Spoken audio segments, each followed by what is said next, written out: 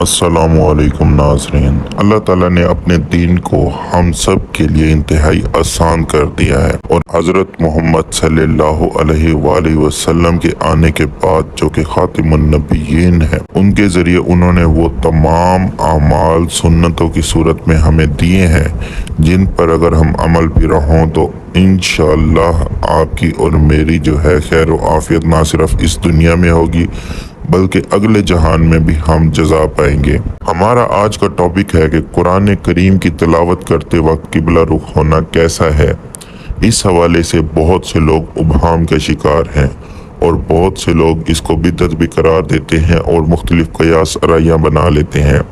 اس لیے ہم پر ضروری ہے کہ ہم دین کے مطابق اس چیز کو سیکھیں اور اپنے ساتھ ساتھ دوسروں کی بھی اصلاح کریں۔ قرآن کریم کی تلاوت کرتے وقت قبلہ رخ ہونا ضروری نہیں بلکہ کسی بھی طرف رخ کر کے تلاوت کرنا جائز ہے۔ البتہ قرآن کریم کی تلاوت کے لیے قبلہ رخ ہونے کو حضرات فقہ امت نے تلاوت کے آداب میں سے شمار کرتے ہوئے مستحب قرار دیا ہے۔ اس لیے عذر نہ ہو تو بہتر اور افضل یہی ہے کہ قبلہ رخ ہو کر تلاوت کی جائے۔ اللہ تعالیٰ آپ کے تمام جائز اعمال، نیک اعمال کی آپ کو اجر عظیم عطا فرمائے۔